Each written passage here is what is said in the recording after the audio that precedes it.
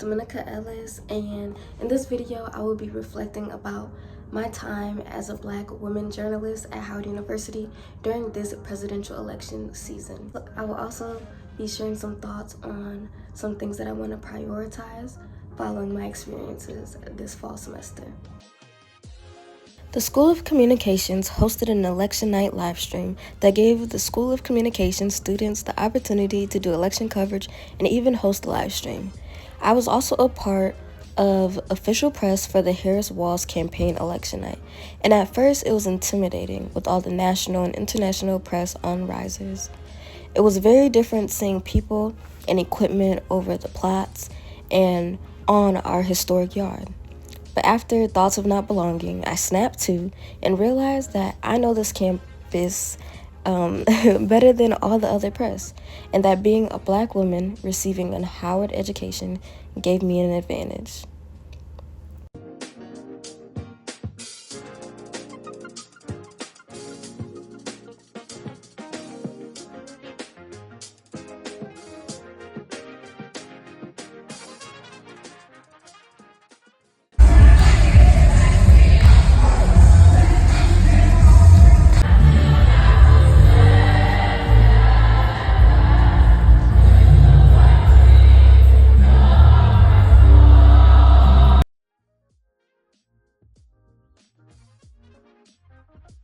I knew where to be to get interviews from people who performed. I was able to include important information and context that others can't. For example, I was able to include in the election night article I co-wrote that Vice President Harris walked out of the building named after Frederick Douglass, which was purposeful. Some people didn't even know who Frederick Douglass was. I went home very late election night and had to wake up the next morning to come back to campus and report on Vice President Harris's speech. I wasn't able to process the results because I had to work, but I was able to tell a story different from the other press. I was able to tell a story that was not just about sadness on campus, but about the community and the support that was there for both days. I was able to tell a story of the culture that was showcased on election night, and that is something I'm very proud of.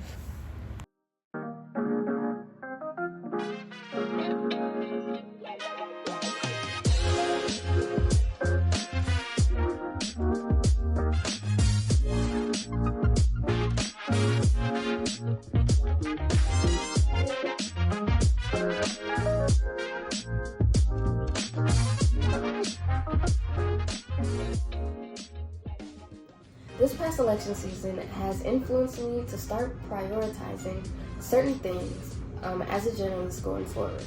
The first thing is solutions journalism. This is journalism that talks about the responses to social issues along with the problem. This will put more positive news into the news cycle. Of course, we'll always need great reporters to act as watchdogs, to provide the sunlight that disinfects society. But we also need reporters to help us see how people are responding to problems. What are their ideas? What's working? And what's not? And why? Imagine if everyday reporting was like this. The news alerting us to what's wrong, as it should, but also helping us to see ways to make things better. What if the news moved each of us to discover the unique ways we could contribute? Conversations would change. People would talk about how to fix the world. Problems would get solved faster. The next thing is starting from the basics, writing about and explaining simple topics or things that may seem like common sense, but everybody doesn't know. For example, what is a tariff? The last thing I want to prioritize is not just focusing on Trump. There are a lot of different people and there is a lot of news. Instead of giving Trump another headline like all the other press, I want to focus on the people and write about how his policies affect them. Thanks for watching. I hope you enjoyed, and please let me know what you think in the comments.